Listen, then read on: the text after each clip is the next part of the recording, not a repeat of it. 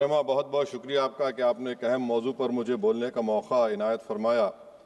और बड़े अफसोस की बात है कि बड़ी धूमधाम से हुकूमत की तरफ से इस बात को रखा गया, मगर 30 से ज़्यादा एमपी यहाँ पर मौजूद नहीं हैं। मैडम, पहले तो मैं वज़ीर आज़म की इस बात की मजम्मत करता हूँ और उनको बताना चाहूँगा कि जिना के बारे में उन्होंने जो कहा था, हम तो जिना के सख्त मुखालिफ है, इसलिए भारत को अपना वतन माने, मगर 42 में आपके प्यारे वीर और जिना की पार्टी ने नॉर्थ वेस्ट फ्रंटियर, सिंध और बंगाल में मिलकर हुकूमत चलाई और उस हुकूमत ने 1.5 लाख हिंदू और मुसलमानों को अंग्रेजों की फौज में शामिल कराया ताकि वो लड़े। तो किसी शायर ने अच्छा कहा था वजीर आजम के बारे में कि फरेब देकर जमाने को पारसा ना बनिए, इन्हें कहो कि वो बंदा बने खुदा ना बने, अमीर शहर यही चाहता या हजरत कि हमारी चीख गले में रहे सदा ना बने। दूसरी बात मैडम, हमारे वजीर दिफा जनाब राजनाथ सिंह साहब ने बड़ा ही अजीब व गरीब और तकलीफ दे बात कही उम्मुल मोमिनीन के बारे में और उम्मुल किताब के बारे में। उम्मुल मोमिनीन उनको कहते हैं जो हमारे प्रॉफिट मोहम्मद सल्लल्लाहु अलैहि वसल्लम की वाइफ हैं, वो हम तमाम मुसलमानों की माँ, हम उनको तस्वुर करते हैं, मगर हम उनकी इबादत नहीं करते, हम अपनी माँ की इबादत नहीं करते। उम्मुल किताब कुरान है, हम कुरान की इबादत नहीं करते, कुरान अल्लाह का बिजावा कलाम है। तो उसके बारे में भी शायर ने अच्छा कहा कि खबर नहीं जिन्हें अपने दीन व मजहब की, हमें वो दीन का मतलब सिखाने निकले हैं। अहम बात यह है कि मैडम, हमारे मुल्क का आइन का इस लफ्ज से आगाज होता है वी द पीपल। इसका आगाज भारत माता के नाम से नहीं होता है। हमारे संविधान का जो प्रियम्बल है वो क्या कहता है? Liberty of thought, expression, belief, faith and worship. अगर दस्तूर का ये पहला सफा ये बात करता है तो फिर कैसे किसी शहरी को किसी खुदा, देवी, देवता की इबादत करने पर या सजदा करने पर मजबूर किया जा सकता है? आप ही की पार्टी से आज की जो बातें हुई है इसी कब हो रही हैं।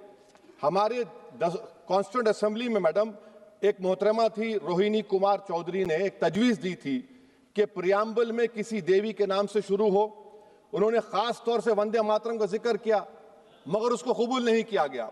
फिर केवी कामत साहब ने एक तजवीज़ दी कि इट्स सिटीजन्स को बदलकर हर सिटीजन्स किया जाए और खुदा के नाम से शुरू किया जाए, वो तरमीम को मुस्तरद कर दिया गया।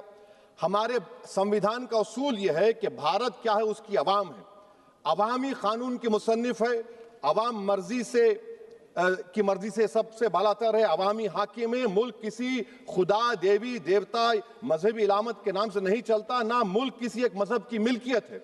इसीलिए बाबा साहब अम्बेडकर ने क्या कहा था? उन्होंने मदर इंडिया के नजरिए को मुस्तरद किया। बाबा साहब ने एक नई इस्तिलाह वजह कर दी और कहा कि भैक्षित भारत, ये बाबा साहब अम्बेडकर ने कहा। अब मैडम, अगर मजहबी आजादी इस आइन का बुनियादी उसूल है तो सवाल ये पैदा होता है कि उस वक्त हमारे जो कॉन्स्टिट्यूंट असेंबली के प्रेसिडेंट थे जनाब राजेंद्र प्रसाद साहब ने किस बुनियाद पर वंदे मातरम को कौमी तराना करार दिया?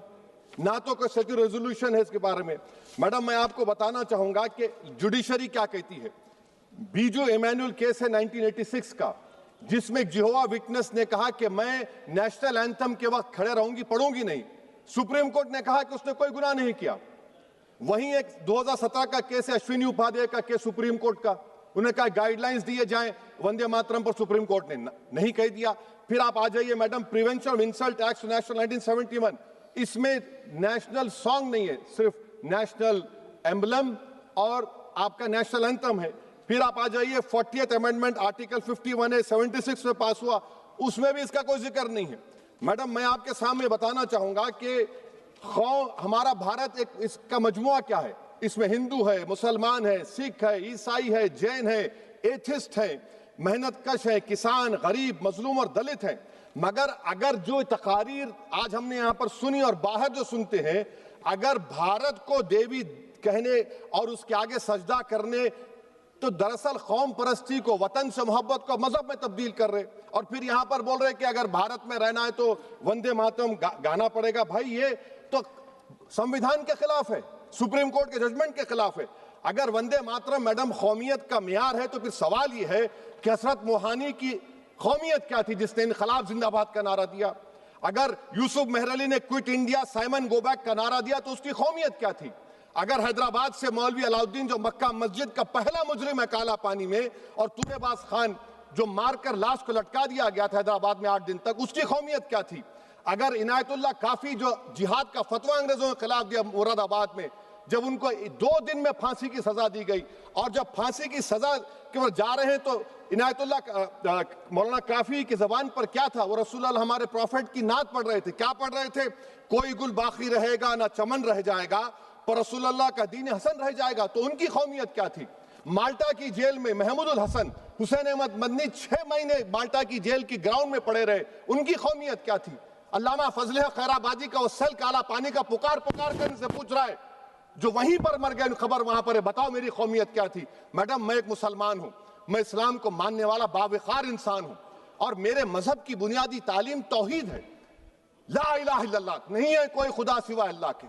और कुरान में अल्लाह क्या बोल रहा? इय्याका नाबुदु इय्याका नस्तईन, तुम मेरी इबादत करो, मुझे मानो। मुझे कहां से मिल रहा? आर्टिकल 25 से मिल रहा है। मुझे कहां से मिल रहा है? Liberty of thought, expression, belief, faith and worship से मिल रहा है। तो इसको जोड़ना ये बहुत ही खतरनाक होगा। और हमारे प्रॉफेट मोहम्मद सल्लल्लाहु अलैहि वसल्लम जब मदीने को गए तो उन्होंने उस वतन के लिए दुआ की, कहा कि अल्लाह मदीने की मोहब्बत हमारे दिलों में और इजाफा कर दे, मक्के से ज्यादा कर दे। तो ये इस्लाम, मुसलमान होना, हमारे ईमान में मुल्क की मोहब्बत बीच में नहीं आती, और मुल्क से मोहब्बत है और रहेगी हमेशा, क्योंकि ये अजीम कुर्बानियां यहां पर शामिल है जिन्होंने जंग आजादी में हिस्सा नहीं लिया। आज अगर वो वतन की मोहब्बत का दर्ज देंगे तो बड़ा गलत होगा। मैडम, मैं आपके सामने एक चीज पढ़ूंगा। 1937 रविंद्रनाथ टैगोर ने लेटर लिखा सुभाष चंद्र बोस को, मैं सिर्फ, किसी ने नहीं पढ़ा ये। क्या कहा टैगोर साहब ने? But parliament is a place of union for all religious groups and there the song can not be appropriate. When Bengali Muslims show sign of stubborn fanaticism, we regard it intolerable. When we too copy them and make unreasonable demands, it will be self-defeating. ये मैं इसको ले करूंगा madam, आप देख लीजिए। फिर दूसरी तरफ मैडम आप आ जाइए, मैं यहाँ पर बैठकर, हाँ, जितने तकारीर यहाँ पर हुए सब जनगण मन पर तनकीद किए। तो मैडम मुझे ये कहना पड़ेगा कि जनगण मन पर आप लोग इतनी तकलीफ क्यों उठा रहे हैं? आखिर इतनी तकलीफ क्यों है? तो मैं जब जाकर देखा तो मुझे 28 दिसंबर का ऑर्गेनाइजर मैगजीन का आर्टिकल मिला, जिसमें ऑर्गेनाइजर लिखता है कि what is the moral sanction behind government choice of Jana Gana Mana, except that it can be made an item of entertainment at the sumptuous parties thrown by government officials. आप बताइए, इसका बोलेंगे आप? और फिर उसके काइंड कैसा करते हैं? It will mean we can not love our motherhood. Madam please, it will mean that Vande Mataram is buried alive with the word Jangan Mana on the tombstone, for the tomb will also be of Jangan Mana of the will of the people. इस पर आप क्या बोलेंगे? Madam, मैं आपको ये बताना चाह रहा हूं कि वतन की मोहब्बत हमारे लिए बहुत अहम है, मगर ये बताइए हमको कि अभी मैडम यहाँ पर आनंद मठ के बारे में बहुत कुछ कहा गया। मैं सिर्फ 2 मिसालें आपको देता हूं। आनंद मठ के पेज नंबर 70 और 80 को पढ़ लीजिए। इसके बाद सनातन जहां मुसलमानों के घर पाते थे, इन्हें आग लगा देते थे। आप पेज नंबर 98 पढ़िए, हमें सिर्फ इन मुसलमानों को जड़ से खत्म करना है क्योंकि खुदा के दुश्मन बन चुके हैं। फिर आप पेज नंबर 115-16 दीजिए, फिर मुख्तलिफ इलाकों में मुसलमानों को सजा देने के लिए भेजे जाते, जहां मुसलमान आबादी नजर आती जला दिया जाता। फिर आप देख लीजिए मैडम, सफे नंबर 120 पेज 120, बंकिम लिखते हैं कि सनातियों को मालूम नहीं था कि अंग्रेज हिंदुस्तान को निजात दिलाने वाले हैं। ये आप क्यों कर रहे हैं? अब आप मैडम, मैं आपको पेपर्स दे कर दूंगा। मैडम, भारत में हमारी आजादी इसलिए आई और बरकरार रही कि हमने मुल्क और मजहब को एक चीज नहीं बनाया। हमने ऐलान किया कि हमारी मुल्क मुख्तलिफ तबकात मज़ाहिब पर मुश्तमिल है, हमारे मुश्तरका तकदीर हमारी कौमियत का सरचश्मा है, यह खास जबान सखावत मजहब नहीं है। अगर वंदे मातरम का मतन कौम और मजहब को एक बना देता है, अगर हम इसे टेस्ट बनाते हैं वफादारी का, तो फिर मान लीजिए कि यह गांधी, अंबेडकर, टैगोर, बोस और लाखों आजादी के सिपाहियों की सोच को छोड़कर गोडसे की सोच की हिंदू कौमी परस्ताना, मैडम खत्म कर रहा हूं, कौमी हिंदू कौम परस्ताना को इख्तियार करेंगे। मुझे वतन से बेइंतहा मोहब्बत है मैडम, और इंशाल्लाह हमेशा रहेगी, मगर बावजूद इसके कि मेरी मस्जिद, मेरी इबादत गाह, मेरे कपड़े, मेरे कारोबार पर हमले होते, मगर मैं फिर भी कहता हूं कि वतन मेरा, हर वतन को हम छोड़कर नहीं जाएंगे। मगर हुब्बुल वतनी का क्या मुतालबा है? हुब्बुल वतनी ये कहता है कि वतन से मोहब्बत है तो जुल्म को खत्म करो, गरीबी को खत्म करो, बेरोजगारी को खत्म करो, जबर का खात्मा करो, अमन का गहवारा बनाओ, पाकिस्तान की दहशतगर्दी को खत्म करो, एक्सप्लॉयटेशन को रोको, शरारत को रोको, मुल्क के खिलाफ की जाने वाली साजिश खत्म करो।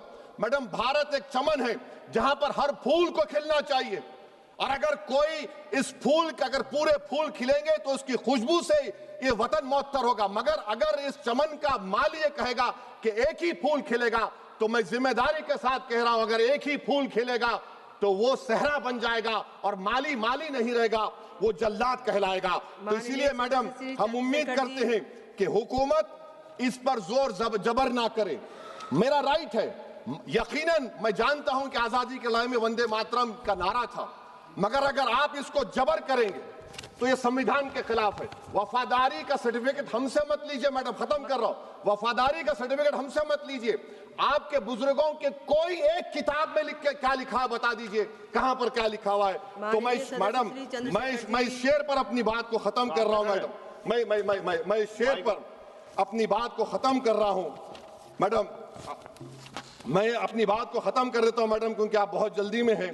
कि भारत जिंदाबाद, हिंदू मुसलमान जिंदाबाद, दलित जिंदाबाद, ईसाई जिंदाबाद, आदिवासी जिंदाबाद, जो किसी खुदा को नहीं मानते वो भी जिंदाबाद, और मैडम सब पिछड़ा सब आ गया इसमें। तो हम उम्मीद करते कि इस रूह को आप समझेंगे, अगर आप सिर्फ अपनी आइडियोलॉजी को लेकर चलेंगे। और आखिर में मैडम, जनाब बंकिम चंद्रा साहब के बारे में मैं आपके सामने डॉक्यूमेंट लेकर रहा हूं कि उन्होंने बीए का एग्जाम पास नहीं किया था, 7 मार्क्स से फेल हो गए थे, ये भी रख रहा हूं। तो आप जिसको लिटरेरी जायंट बता रहे ये नहीं है। बहुत बहुत शुक्रिया। धन्यवाद सभापति महोदया। मैं इस सदन का ध्यान